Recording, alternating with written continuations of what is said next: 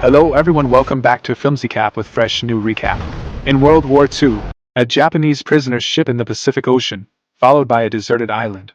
In the waning years of World War II, a Japanese prisoner ship cuts through the stormy Pacific.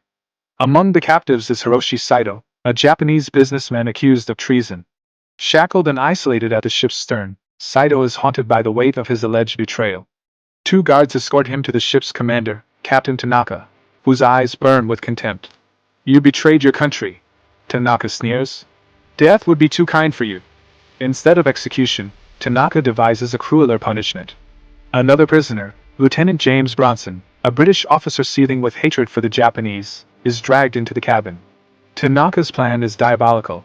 Saito and Bronson will be chained together by the ankle for the rest of their lives, forced to endure each other's company. Despite Bronson's desperate plea, "Kill me, but don't chain me to him," the guards bind their legs with iron cuffs. Their fate seems sealed. As the ship continues its journey, it comes under attack by Allied forces. A missile from an enemy submarine rocks the vessel, sparking chaos.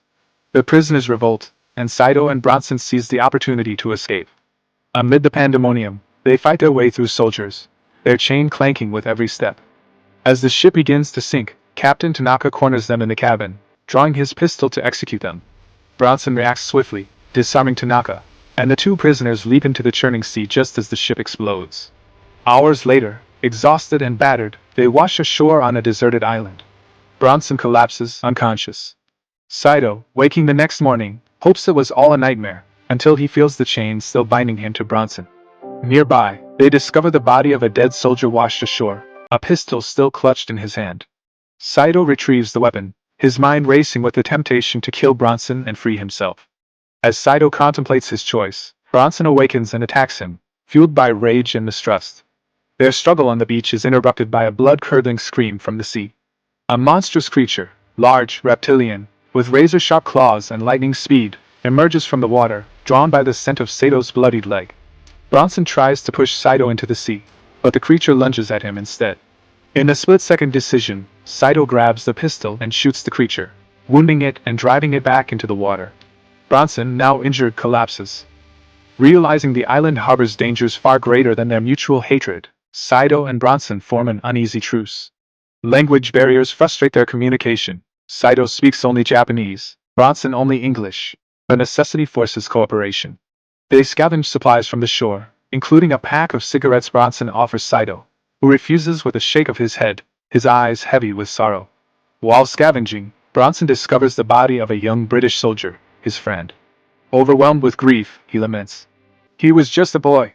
This war, your people, took everything from him." Though Saito cannot understand the words, he senses Bronson's pain and offers him water. As night falls, they build a makeshift camp. Saito catches crabs and shares his portion when Bronson's food slips into the mud. Slowly, their hostility begins to thaw. Determined to free themselves, Bronson crafts a crude tool to break their chain. His initial attempts fail, but Saito, observing closely, points to a weak link and gestures for Bronson to strike there. With two precise blows, the chain loosens.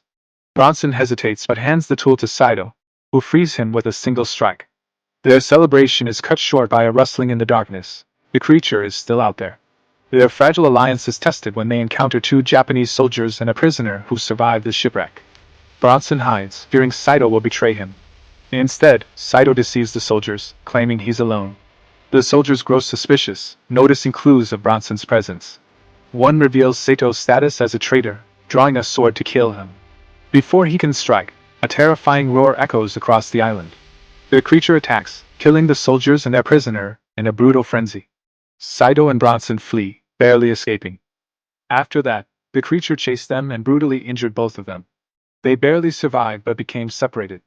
In the morning, they woke up, fully injured and barely able to move. Somehow, they managed to slowly stand and attempt to walk, each searching for the other, Saito and Bronson. Bronson suddenly saw the creature near the water, attempting to heal its wounds with some algae. Then, suddenly, a crocodile attacked, dragging it into the water. But the creature fought back and killed the crocodile, severing it into two parts. Bronson kept silent, watching. The creature then roared with rage, and the sound carried through the area. Hearing the noise, Saito moved forward. As he walked, he became trapped and discovered a female creature, possibly the creature's wife, along with another pilot. Saito took the gun from the pilot and cautiously walked forward. The two men stumble upon the wreckage of a crashed plane, where Bronson finds a flare gun, a lighter, and an unexploded bomb. Inside a nearby cave, they discover a female creature guarding an egg. Saito warns Bronson that killing her could provoke others, but Bronson is resolute. It's her or us. They devise a plan to use the bomb to destroy the creature's lair. With great effort, they transport the bomb to the cave, but the trigger is damaged. As Bronson works to repair it, the female creature returns. Saito volunteers to stay and guard the bomb, urging Bronson to find an emergency hammer in the plane. In a fierce battle, Saito holds off the creature, sustaining grave injuries. Bronson returns with the hammer and joins the fight, but the creature overpowers them, wounding Bronson critically. In a final act of defiance, Saito shoots the creature's egg, enraging the female. As she turns on Bronson, Saito helps him escape, but Bronson, realizing the bomb is their only hope, activates it. The cave explodes in a massive fireball, killing Bronson and the creature. Saito, watching from a distance, mourns his friend's sacrifice. Saito, now alone, reaches the shore, pursued by another creature. Exhausted and despairing, he collapses but recalls Bronson's courage. Rising, he sets a trap.